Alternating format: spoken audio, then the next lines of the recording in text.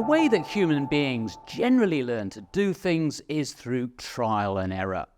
In most cases, it's a sensible and effective strategy. But as behavioural finance expert Joe Wiggins explains, it's not a good way to learn about investing. Learning to be a good investor is incredibly challenging.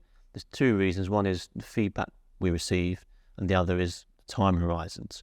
So if we think about the way we learn as we grow up, let's take a simple example. When we're a child, if you put our hand on a hot stove, then we realise quickly, because of the short-term good quality feedback we get, not to do it again. So we learn very quickly about what is a good and a bad decision. In investing, unfortunately, we don't get that opportunity. The feedback we get is very poor over the short term because market's so noisy and random over the short term. So we can make good decisions that look bad over the short term, and people can make really bad decisions that look fantastic over the short term. So we struggle to learn because we get bad feedback. And the good quality feedback we tend to get is over the long term. Of course, there lies a problem. It could take you, say, 20 years to learn an important lesson.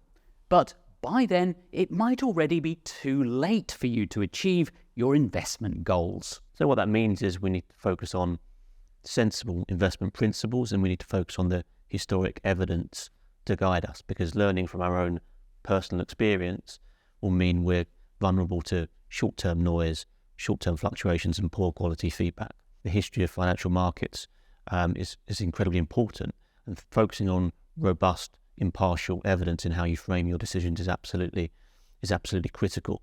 The other point is to have a sound, sensible, evidence-informed set of investment principles that guide you. What are the key aspects that hold over the long term in terms of investing? So long-term approach, diversification, compounding, those kinds of key unimpeachable principles should be your guiding light rather than short-term experience in markets.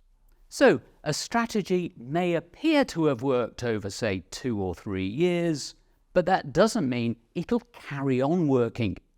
A strategy that's worked over 50 years or more has far more credibility.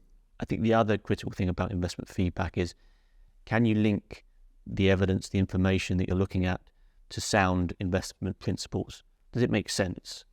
Is there a fundamental reason why what you believe should work, rather than it's just happened in markets, therefore I believe it?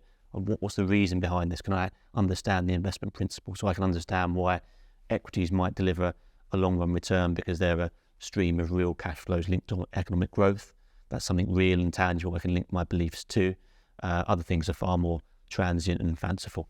So beware positive feedback loops. And remember, you might learn more about sensible investing from the history books than the weekend newspapers.